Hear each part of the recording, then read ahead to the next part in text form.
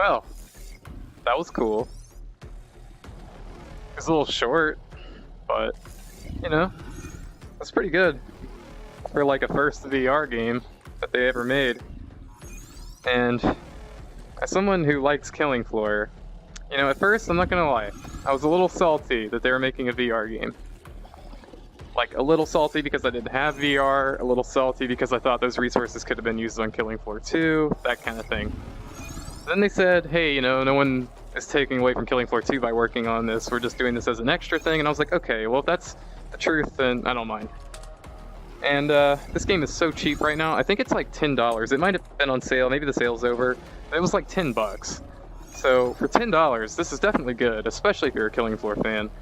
Although there's a few issues with this game for sure. And it's a little short, like I said. And I don't like the amount of collectathoning you do in this.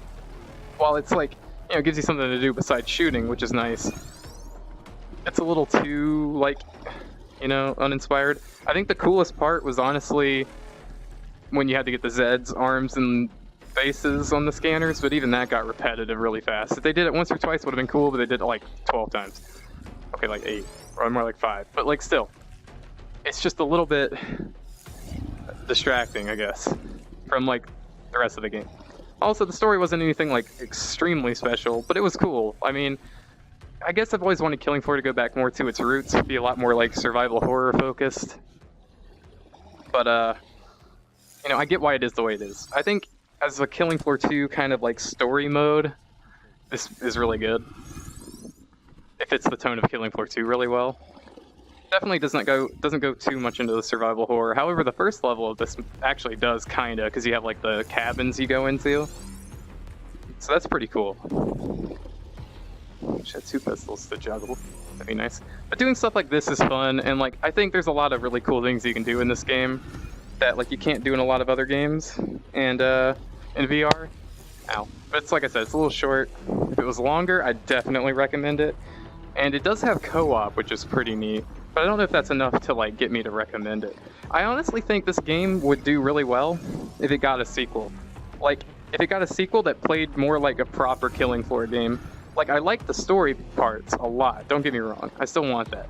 But if they had like a thing where you could do like a proper like Killing Floor survival wave-based thing, like 8 players and everything, with all the difficulties and all the guns from the Killing Floor 2 or something. If it was like this, but like the full Killing Floor 2 experience in VR, that would be next level shit. I'd pay $60 for that. But as this is for $10 or $15 or however cheap it is, this is a fantastic VR game for the price. I don't think it's probably the best VR game. I think there's other games that get the shooting a little bit better in some parts. But this game's definitely really, really awesome.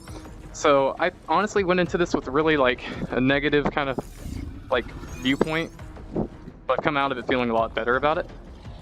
But I still don't think this game is perfect by any means. So I guess I'm being a little overcritical, but at the same time, I'm having a lot of fun juggling this gun right now.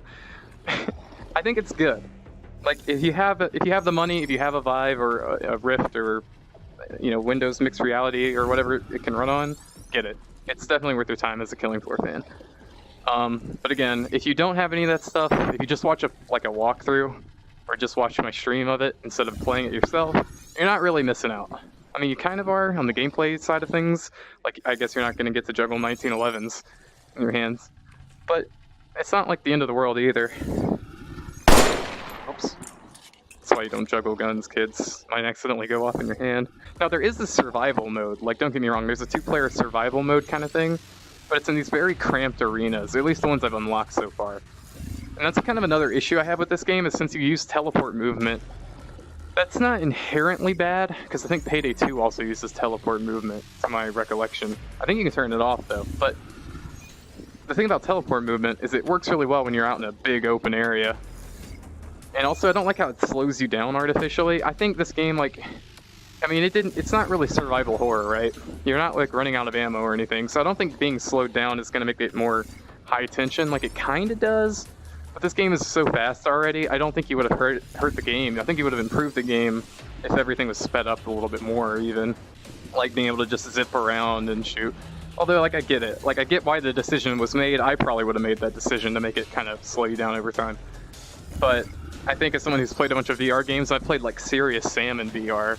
I'm kind of used to the speed. I know some people aren't though, but I think even a speedier teleport would have been a good idea. So that got a little annoying, especially when you're trying to like dodge something. Also, when the Zeds get in your way and block you from being able to move, that's a bit annoying, because you think you can run past them, but you can't sometimes, and it gets you killed a lot. But overall, sound, graphics... I mean, I'm playing on like the lower graphical settings, and it still looks really good to me as a VR title. So, graphically, it's a good way to test your VR as well. It's kind of a demanding game. It's Unreal Engine 4. It's not like the most demanding game, but it's kind of demanding. So you want to make sure your rig's kind of good for this. But if you're good enough to be playing VR in the first place, you're probably going to be okay. So, thank you guys for coming out to the stream today.